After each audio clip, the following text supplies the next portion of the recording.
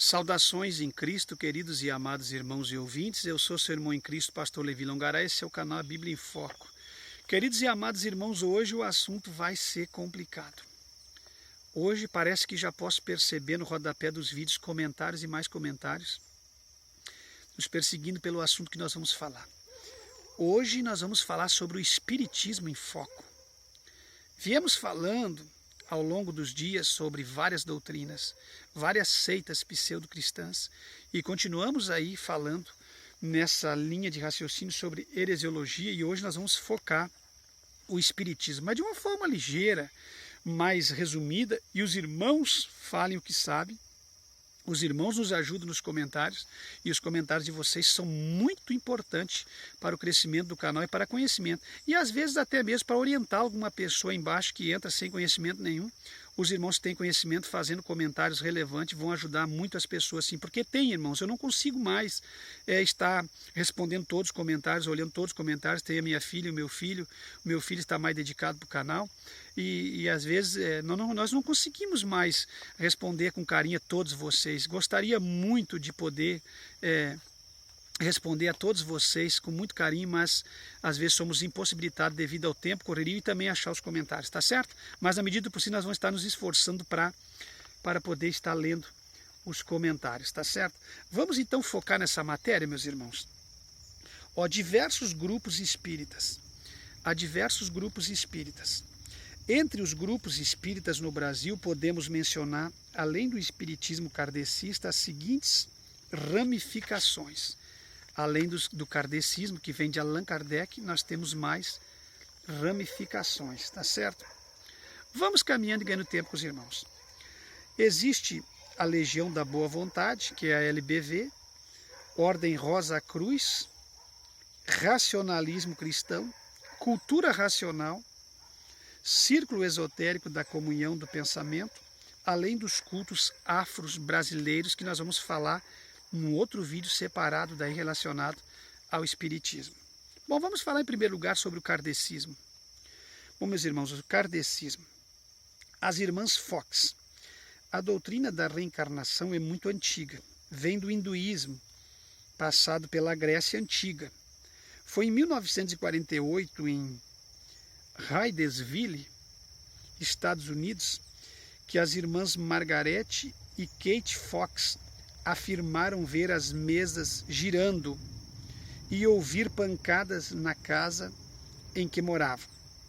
Faziam perguntas e estas eram respondidas mediante estalidos de dedos. Estalidos de dedos. Vocês entenderam?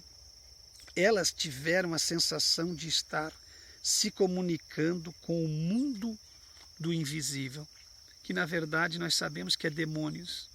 Quem se comunicou com elas foram os demônios. E aí eles vão estabelecendo as suas doutrinas e os seus ensinamentos. Bom, falando agora de Allan Kardec.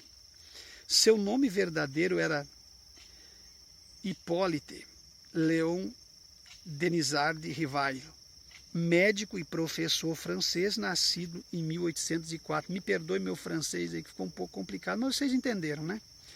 Lançou sua primeira obra, abre aspas, O Livro dos Espíritos, fecha aspas, em 1857. Influenciado por um amigo, passou a frequentar reuniões espíritas e, por fim, tornou-se um grande médium.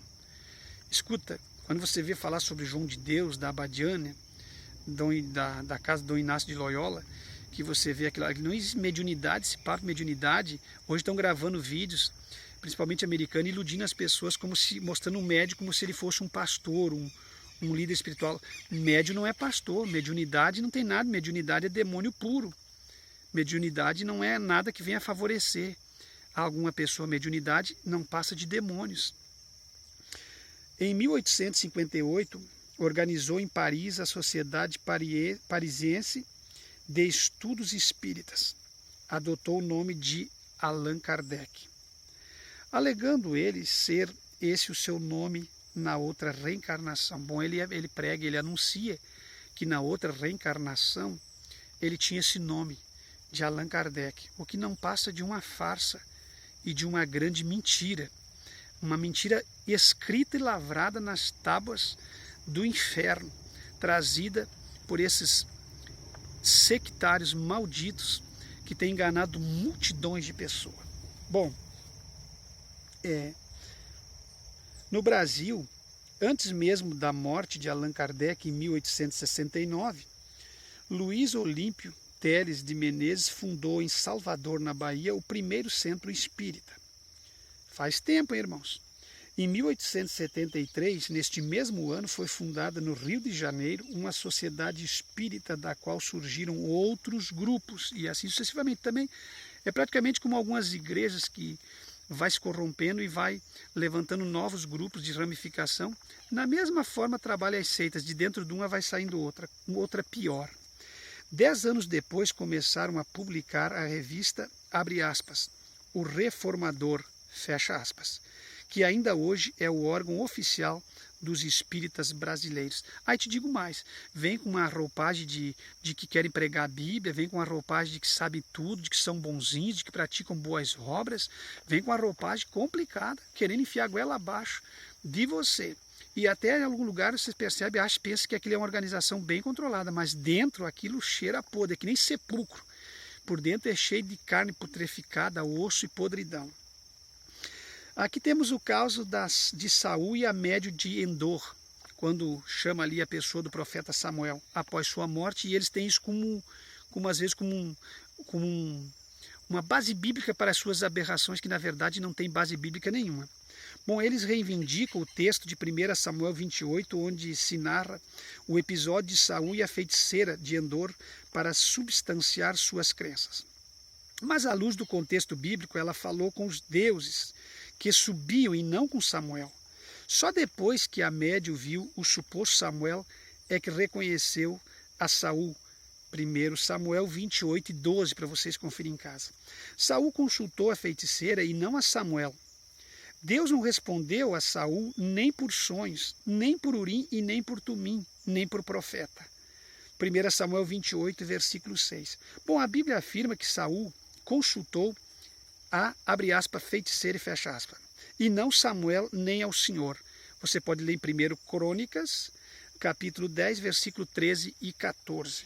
Bom, as profecias que não se cumpriram, 1 Samuel 28, 19, abre aspas, amanhã tu e teus filhos estareis comigo, fecha aspas. Saul não morreu no dia seguinte, segundo a nota de rodapé da Bíblia Vida Nova. Ele morreu 18 dias depois dessa sessão espírita. Também não morreram todos os seus filhos, 1 Samuel 28 e 19, para você conferir em casa. Esbocete, Armone e Mefibosete, em 2 Samuel 2, versículo 8 até o 10, capítulo 21 e versículo 8, eles sobreviveram. E as profecias do engano, da feiticeira de Endor e da consulta aos médios não se cumpriram, não teve base bíblica. Por outro lado, temos que convir que um desviado que se suicida não vai para o mesmo lugar onde se encontra um profeta de Deus. Isso é muito bom analisar nos dias de hoje. Por outro lado, temos que convir que um desviado que se suicida não vai para o mesmo lugar onde se encontra um profeta de Deus. Saul, pois, não foi para junto de Samuel. Notemos ainda que ele não foi entregue nas mãos dos filisteus, ele preferiu se suicidar. Isso aqui vocês vão encontrar em 1 Samuel 28, 19 e 31 e 4. Porque ele era tão orgulhoso, Saul, ele estava tão fora da direção de Deus, porque a pessoa para ir a um lugar daquele estava completamente fora. Uma pessoa fora da direção de Deus é um problema muito sério. Ele quis na sua morte, pediu para alguém lhe enfiar a espada, e as pessoas reconheceram ele como ungido de Deus, não quiseram tentar contra ele. Então ele próprio, no seu orgulho, na sua soberba, na sua arrogância, se jogou em cima da sua própria espada e acabou ele mesmo tirando a sua vida. E isso é que sabendo que um suicida não tem parte com Deus. Por mais que os pastores, deputados, querem dizer que tem, não tem. De forma alguma não tem base bíblica. Tem muita gente querendo viver enquanto alguns estão querendo tirar a sua própria vida. Entendesse? Se você ir num leprosário que tem em Curitiba, você vai ver o que eu estou lhe dizendo. Tem pessoas sendo comidas, mas ele não quer ele não quer morrer. Enquanto tem vida, tem esperança. Mas os pastores famosos do Brasil estão dizendo que quem se suicidou acelerou o seu projeto de subida até o céu, para chegar até o pai. Falácia, conversa e mentira. Bom, vamos à frente. Mais tarde, os homens de Jabes e Gileade sepultaram-lhe o corpo. 1 Samuel 31, versículo 11 até o 13. Deus não deixou cair por terra nenhuma palavra de Samuel, em 1 Samuel 3,19. Por conseguinte, a entidade que dialogou com a feiticeira era um espírito demoníaco disfarçado de Samuel, como acontece nas sessões espíritas de hoje. Não mudou nada. Vamos à frente para nós ganharmos tempo. Bom, Elias e João Batista, Mateus 17, do 1 até o 13. Os espíritas têm feito grandes alardes com relação a esta passagem para justificar a falsa doutrina da reencarnação. Eles, porém, não se dão em conta de que Moisés morrera cerca de 1400 anos antes, reaparecendo o mesmo Moisés, e não como uma reencarnação. Elias sequer morreu em 2 Reis 2:11. João Batista veio na virtude e no espírito de Elias, Lucas 1:17, pois se vestia como Elias, vestes de pelo e cinto de couro, 2 Reis 1:8, Mateus 3:4. Ambos eram homens do deserto, 1 Reis 19:9 até o 10 e Lucas 1:80. Eram de igual modo contundentes em suas palavras e pregaram contra reis ímpios, 1 Reis 21 do 20 até o 27, Mateus 14 do 1 até o 4, para vocês conferirem em casa. O próprio João, consciente de sua identidade e missão, em João 1, 26 até o 33, ele disse que não era Elias. Você pode conferir em João 1 e 21. Vamos ao Espiritismo versus Cristianismo. Allan Kardec ensina que o Espiritismo é a terceira revelação de Deus à humanidade. Segundo ele, Moisés foi a primeira, Cristo a segunda e Kardec a terceira. Olha que heresia dos infernos. Na Bíblia, porém, há um abismo intransponível entre o Espiritismo e o Cristianismo. Há um abismo, não tem como ligar os fatos de forma alguma. É uma heresia antibíblica. Reencarnação, vamos lá. No mundo do ocultismo, outras palavras e expressões são usadas para designar a reencarnação, que são transmigração, renascimento e metempsicose. Então, irmão, você estude bem essas três palavras, tá certo?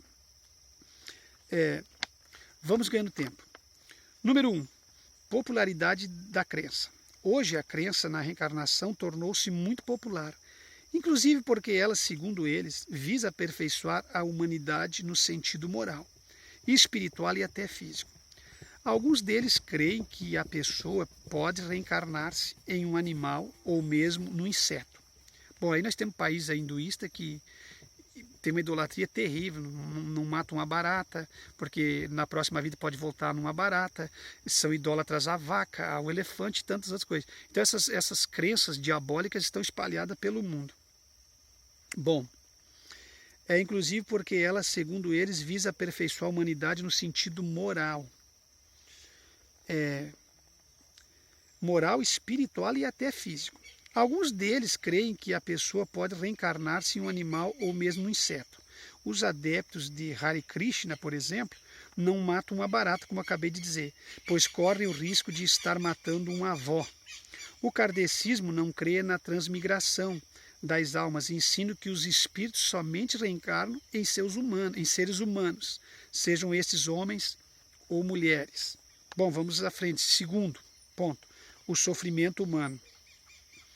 Os espíritas jactam-se de ter a explicação para o fenômeno do sofrimento humano. Quem nasce com problema físico, por exemplo, é sinal de que está incluso na lei do karma, isto é, uma espécie de lei combinada de causa e efeito. Essa pessoa está pagando o que fez em outras encarnações e assim terá de prosseguir até aperfeiçoar-se e se livrar daquele estado de deterioração. E assim terá de prosseguir até aperfeiçoar-se. Por essa razão, procuram ser generosos, fundam creches e dão assistência social aos necessitados. Tudo com medo de que algo venha sobre eles. Reencarnações e boas obras são os meios para a salvação, segundo eles. Reencarnação e boas obras. Não existe reencarnação e boas obras não salvam. Se a pessoa não aceitar Cristo como Salvador e não viver dentro do Evangelho, somente boas obras não vai salvar ninguém. Terceiro ponto, resposta bíblica. A Bíblia diz que reencarnação não existe, Hebreus 9, 27. E que consultar os mortos é violar as leis de Deus, Levítico 19, 31, o 20 e 27. Quando os discípulos de Jesus lhes perguntaram quem havia pecado, se o cego de nascença ou seus pais, a resposta de Jesus foi clara, destruindo completamente o argumento espírita. Abre aspas, Jesus disse, nem ele pecou, nem os seus pais. João 9 e 3. Além disso, seria muito cruel alguém padecer sem saber o porquê. Quanto a essa suposta encarnação, ninguém se lembra, porque simplesmente ela não existe. Os que alegam terem vivido noutras encarnações entram em tantas condições em seus relatos, demonstrando claramente que tudo isso não passa de um perigoso engano que pode custar, inclusive, a eternidade da pessoa. Espero poder ter contribuído em muito com vocês, relacionando aí sobre Espiritismo em Foco. Agora vocês busquem os versículos bíblicos, vocês confrontem, talvez vocês tenham um conhecimento ainda mais profundo que o meu, e vocês possam enriquecer, que cabe a mim no canal A Bíblia em Foco, dar o primeiro pontapé inicial, começar a sessão de provocação da palavra de Deus no mundo espiritual. Aí vem vocês e atuam estudando, comentando e ajudando, tá certo? Mas eu acredito que vai ser muito rico para vocês. E na sequência dos próximos vídeos nós vamos falando sobre outras temáticas, tá certo? Falou com vocês o pastor Levi Longaray, que Deus te abençoe até o próximo vídeo, querendo Deus.